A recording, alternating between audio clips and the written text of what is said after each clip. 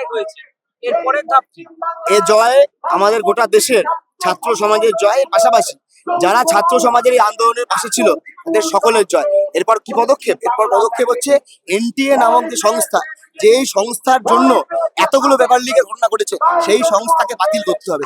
অন্য সরকারি কোনো সংস্থাকে দিয়ে পরীক্ষা করাতে হবে। দুই, যে জাতীয় শিক্ষানীতি, যার মধ্যে দিয়ে আমরা দেখেছি বারবার যে শিক্ষায় বেসরকারীকরণ, শিক্ষায় একটা ধর্মীয় বিভাজনের একটা পরিবেশ, মৌলবাদী কায়দা শিক্ষায় সিলেবাসকে নিয়ে আসা, এই জাতীয় শিক্ষানীতি যে বিষয়গুলো আছে এগুলোকে বাতিল করতে হবে। এবং যারা যারা উস্কানিমূলক কথা বলেছে, যারা যারা এই আন্দোলনকে দমন করার নাম করে ছাত্র সমাজের উপর আক্রমণ করেছে, এই সকলের বিরুদ্ধে ব্যবস্থাপনা গ্রহণ করতে হবে। এবং যারা আন্দোলন করতে গিয়ে আক্রান্ত হয়েছেন, যারা আন্দোলন করতে গিয়ে মিথ্যে মামলায় জড়িত হয়েছেন, যদিও অন্য রাজ্যে, দেশের অন্য প্রান্তে সরকার ঘোষণা করেছে যে তারা তাদের মামলা তুলে নেবে, আমাদের রাজ্য যারা এই কাজের সঙ্গে, যাদের সঙ্গে এই জিনিসগুলো ঘটেছে, যারা নির্দোষ, যারা পুলিশকে মারেনি, যারা মিডিয়াকে মারেনি, যাদের নাম পদবি ধরে প্রতিবাদ করে বলে তাদেরকে অ্যারেস্ট করা হয়েছে, এই সবাইকে রেহাই দিতে হবে।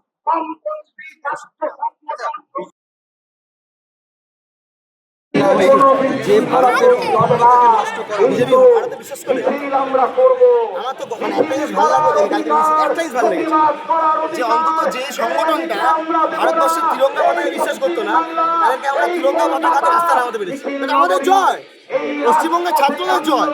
যে আরএসএস, ভারত বিরোধী সংগঠন, স্বাধীনতা বিরোধী সংগঠন, তারা পশ্চিমবঙ্গের মাটিতে ভারতের পতাকা এনে নামতে পারলো, এটা পশ্চিমবঙ্গের ছাত্র যুবদের জয়। যে প্রাণ টেনে রাস্তায় নামালো পতাকা হাতে, যে তিরঙ্গা পতাকা নিয়ে রাস্তায় নামতে হবে। এই ভারতে থাকতে গেলে তিরঙ্গা পতাকা শুরু করতে হবে। এই ভারতে থাকতে গেলে ভগৎ সিং, সুখদেব, রাজগুরু, নেতাজি সুভাষচন্দ্র বোস, ক্ষুদিরাম বোস, এদের কথা বলতে হবে। শ্যামা পতাকা নিয়ে লাফালাফি করলে হবে না, কারণ শ্যামা পতাকা সেই লোক যে এই বিশ্ববিদ্যালয়ের পাশে দাঁড়িয়ে রয়েছে, সেই বিশ্ববিদ্যালয়ে ভিসি ছিল এবং ভিসি থাকাকালীন ব্রিটিশদের দালালি করত। বিজেপি নেতা অনন্ত মহারাজ, তিনি তো স্বাধীনতা সংগ্রামী এবং নেতাজি আলাইন ফৌজকে ব্রিটিশদের দ্বারা অনন্ত মহারাজকে অবিলম্বে গ্রেফতার করতে হবে। এই অনন্ত মহারাজ আমাদের দেশ নায়ক নেতাজি সুভাষচন্দ্র বোস, যেই সুভাষচন্দ্র বোস জন্য আজকে আমি এখানে রাস্তায় বসে আছি, তোমরা এখানে বসে আছো, আমরা এখানে আন্দোলন করতে পারছি। নেতাজি সুভাষচন্দ্র বোস ছিল বলে আমরা ভারতবর্ষকে পেয়েছি। আর সেই সুভাষচন্দ্র বোসকে অপমান করবে ওই এমপি, ওর বিরুদ্ধে আমরা থানায় থানায় এফআইআর করবো। ওর বিরুদ্ধে যদি সরকার ব্যবস্থা করা না হয়, তাহলে জনগণ যেভাবে বোঝার বুঝে নেবে। ওসব অনন্ত মহারাজ স্বরাজ, ওই রাজা রাজতন্ত্র এখানে চলবে না। এটা গণতান্ত্রিক দেশ, রাজা রানীর দেশ না, শ্রমিক কৃষকের দেশ। আজাদির স্লোগান দিলে সেখানে যে সাংবাদিকদের নিন্দাজনক, যারা সাংবাদিকদের আক্রমণ করেছে তারা কেউ আমাদের সংগঠনের কেউ নয়। এক, দুই, তারা কেউ আন্দোলনের সঙ্গে থাকতে পারে না।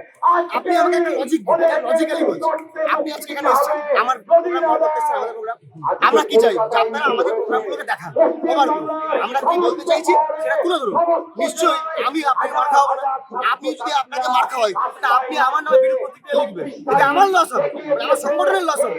যারা সাংবাদিকদের বিরুদ্ধে এই ধরনের ঘটনা ঘটিয়েছে তাদের বিরুদ্ধে ব্যবস্থা নেওয়া হবে। কিন্তু সেটা করতে গিয়ে যারা এর সঙ্গে যুক্ত নয়, যারা পদবী মানে হয়তো খান বা মোহাম্মদ, যাদের সঙ্গে একটা ইসলাম বা অন্য সংখ্যালঘু ধর্ম জড়িত রয়েছে, তাদের বেছে বেছে অ্যারেস্ট করা, তাদের বিরুদ্ধে মিথ্যে মামলা দেওয়া, এটা আমরা সমর্থন করি না। এমনকি এটা কিন্তু অন্য কোনো লোকের সঙ্গে হয়ে থাকতো যে নির্দোষ, আমি তার বিরুদ্ধেও বলতাম। সাংবাদিক বন্ধুরা, তাদের সাথে আমাদের এক বিন্দু বিরোধ। আমাদের লড়াইটা সংবাদ মাধ্যমের উপরে মালিকদের সাথে, যেই মালিকরা বিজেপির কাছে বিক্রি হয়ে গেছে, যেই মালিকরা বিজেপির নেতাদের কথায় সকালবেলা তারা ফোন করে বলে আজকে এই খবরটা চালিয়ে দেবে, আজকে সেই খবরটা চালিয়ে দেবে, সেই বিজেপি নেতাদের কথায় যারা চলে, সেই সংবাদপত্রের মালিকদের বিরুদ্ধে আমার লড়াই। এই তোমরা সংবাদপত্রের কর্মীরা, তোমরা যখন বিনা নোটিশে তোমাদের কাজ চলে যায়, তোমাদের কোনো হেলথ ইন্স্যুরেন্স নেই, সোশ্যাল সিকিউরিটি নেই, সেই দাবি নিয়ে আমরা কথা বলছি। আমাদের সংগঠন, ভাতৃপ্রতিম সংগঠন, আমরা যেমন ছাত্র সংগঠন করি, আমাদের যেমন শ্রমিক সংগঠন আছে, সিআইটি বা আরো অন্যান্য সংগঠনগুলো আছে, তারাই দাবি তুলেছে যে সাংবাদিক যারা, তারাও কিন্তু শ্রমিক, তারাও কিন্তু কর্মী, তাদেরকে হেনস্থা, তাদের মালিকদের তারা অত্যাচারিত হচ্ছে, এর বিরুদ্ধে আমরা পথে ছিলাম আছি, থাকবো। সাংবাদিক হেনস্থার ক্ষেত্রে যারা যারা হেনস্থার সঙ্গে যুক্ত, সরাসরি যুক্ত, তাদেরকে বিরুদ্ধে পদক্ষেপ না হয়। কিন্তু যারা সাংবাদিক হেনস্থায় যুক্ত নয়, একটা ছেলেকে দেখলাম সে বোতল পড়াচ্ছিল, ছেলে সালমান খানের ছেলে, সে যে সংগঠনই করুক, সে যে দলই করুক, তার সঙ্গে আমার বিরোধ আছে, তার রাজনীতির সঙ্গে আমার হাজার গুলো বিরোধ আছে, কিন্তু সেই ছেলেটিকে আমি একবারও দেখিনি, এখনো ফুটেজ দেখাতে পারিনি যে সে পুলিশকে মারছে বা সংবাদমাধ্যমকে মারছে। তাহলে সেই ছেলেটিকে অ্যারেস্ট কেন করা হলো? তার কারণ হচ্ছে এই ছেলেটি প্রতিবাদ, সেই ছেলেটি আসলে প্রতিবাদের আগুন জ্বালতে পারে, সেই ছেলেটি মানুষকে ঐক্যবদ্ধ করতে পারে। কিন্তু দাদা মুখ্যমন্ত্রী তো বলে দিচ্ছে যে শুক্রবারে লোকেরা মুখ্যমন্ত্রী ওনারা বলতে চাইছে যারা নাকি সন্তোষী মা ঠাকুরের পুজো করে, সন্তোষী মা পুজো হয় জানেন তো নিশ্চয়ই, শুক্রবারে পুজো হয়, তার বিরুদ্ধে বলে মুখ্যমন্ত্রী বলেছে। এক তো নিশ্চিতভাবে মুসলিম সম্প্রদায়কে মারার চেষ্টা করেছে, এর সঙ্গে যারা সন্তোষী মা ঠাকুরের পুজো করে তার বিরুদ্ধে বলেছে। এই মুখ্যমন্ত্রী আপামর হলে বুঝতে পারেনি যে সেম সাইড দল হয়ে গেছে। বুঝতে হবে তো, একটা মুখ্যমন্ত্রী দাঁড়িয়ে বলতে পারে শুক্রবারই, বৃহস্পতিবারই, বুধবারই, মঙ্গলবারই, শনিবারই বলা যায় কখনো? যারা কথা বলছে তাদের বিরুদ্ধে আইনি ব্যবস্থা নিতে হবে। এখন ঘটনাচক্রে রক্ষী যিনি পুলিশ মন্ত্রী তিনি নাকি এমন কথা বলছে। আমি বলবো প্রশাসনের কাছে বলবো, মুখ্যমন্ত্রী আইনের বিরুদ্ধে নয়, মুখ্যমন্ত্রী ক্ষমা চান, এ কথা উনি বলেছেন।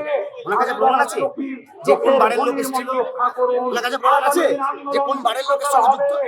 আসলে সাম্প্রদায়িক একটা পরিবেশ তৈরি করতে চায় এই বিজেপি আরএসএস, এবং এদের কাছে দেখছেন না, আপনি ভাবুন না, আপনারা তো 2011 দেখেছেন, আপনারা 2011 পরে 2000 এই সাল দেখছেন, তার আগে যারা দেখেছেন সময় আপনাদের পূর্ববর্তী যারা সংবাদপত্র কাজ করছে 77 সালের পরে ক্ষমতা চেঞ্জ হয়েছিল, আড়াই মাসের মধ্যে একটা সরকারের জনপ্রিয়তা এত খারাপ হয়ে যেতে পারে যে লাখ লাখ মানুষ মিছিল করছে। তার মানে সরকারের জনপ্রিয়তা পলায়িত হয়ে গেছে। মানুষ বুঝেছে হাল কেটে কুমির এনেছে, চোর তাড়াতে ডাকাত নিয়ে এসছে, মানুষ বুঝে গেছে। তাই জন্য আজকে মানুষ আসতে গেছে। বিজেপি রাজ্য সভাপতি সমীর ভট্টাচার্য বলেছে আজাদি স্লোগান দিলে পিঠের চামড়া তুলে নিতে, কি বলবেন? উনি জানেন তো ওনার কি চামড়া তুলতে গেছিল, সে এখন ওনার সঙ্গে বোধহয় একই দলে আছে, অর্জুন সিং নাম বোধহয়, আমি ভুল না করলে।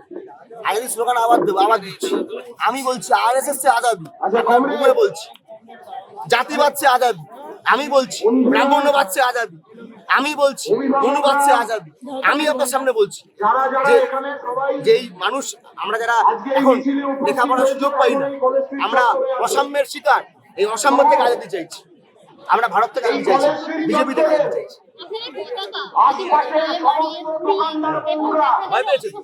ভয় পেয়েছে বলে পতাকা পড়াচ্ছে।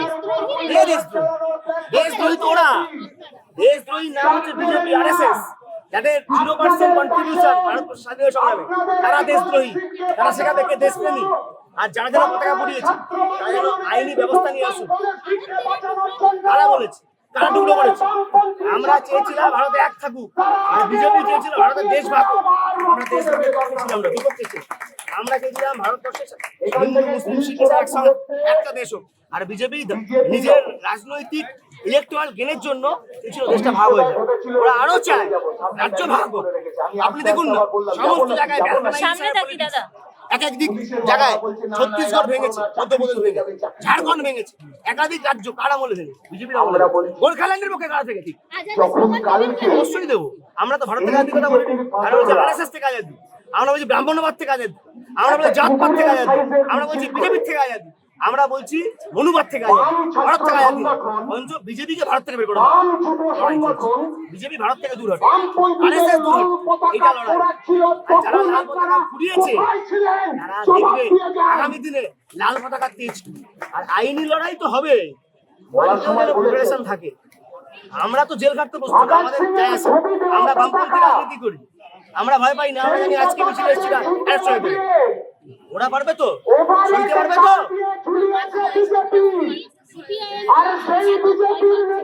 বিকল্প লাল ঝান্ডাই তো বিকল্প। এই লাল ঝান্ডা দিয়ে আমরা বিজেপিকে বাংলা থেকে তাড়াবো, দেশ থেকে তাড়াবো। ভয় পেয়েছে, ভয় পেলে লোক এগুলো করে। আমরা পড়াচ্ছি এই পতাকা, আমরা ভয় পাই কেন পড়াবো? একটা পতাকা সবার সম্মান রাখতে পারে। আমি বিজেপি রাজনীতির বিরুদ্ধে কেন পড়াবো? বলছে ফেসবুকে যে কেউ ওমের পতাকা পুড়িয়েছে। আমি এখান থেকে বলছি, ক্যামেরায় বলছি, কেউ যদি ধর্মীয় পতাকা পুড়িয়ে থাকে, সেটা হিন্দু ধর্মের হোক মুসলিম ধর্মের হোক, ভুল করেছে, এর বিরোধিতা করছি, ধিক্কার চালাচ্ছি। কোনো ধরনের পতাকা আমি নিজে আমাদের মতো অনেক জায়গায় এসেছি রাস্তায় পতাকা পড়ে থাকলে আমরা তুলে রেখে দিই।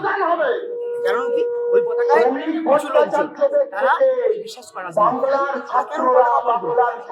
যারা পতাকা পড়াচ্ছে তারা প্রিপারেট থাকবে।